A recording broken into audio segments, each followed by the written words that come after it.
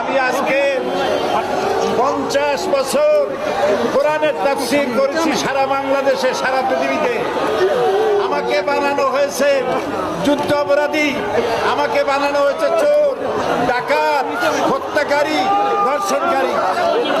আমি আল্লাহর নামে কসম করে বলছি, আল্লাহ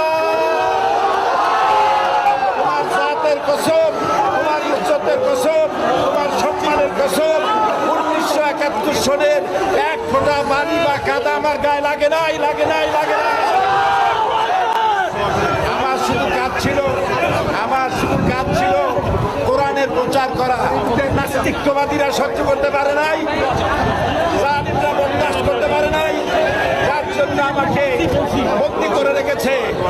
আমি শাহাদাতের তামান্না করি, আমি শহীদ হতে চাই, তবে চোর ডাকাত ইত্যাদির বদনাম নিয়ে মরতে চাই না। হুজুর, আপনাকে এখনো মানুষ বলে নাই, আপনার ভিডিও এখনো মানুষ দেখে আর কান্না করে। আপনাকে যারা মিথ্যা অপবাদ দিয়ে 13-14টা বছর জেলখানায় রাখছিল, তারা এখন আর বাংলাদেশে নাই। তাদেরকে আল্লাহ এমন ভাবে বিচার করছে, দেশ ছেড়ে পালাইতে বাধ্য হয়েছে। আল্লাহ আপনার দোয়া কবুল করছে। আপনি চাইছিলেন শহীদ হইতে, আপনি শহীদ হয়েছেন।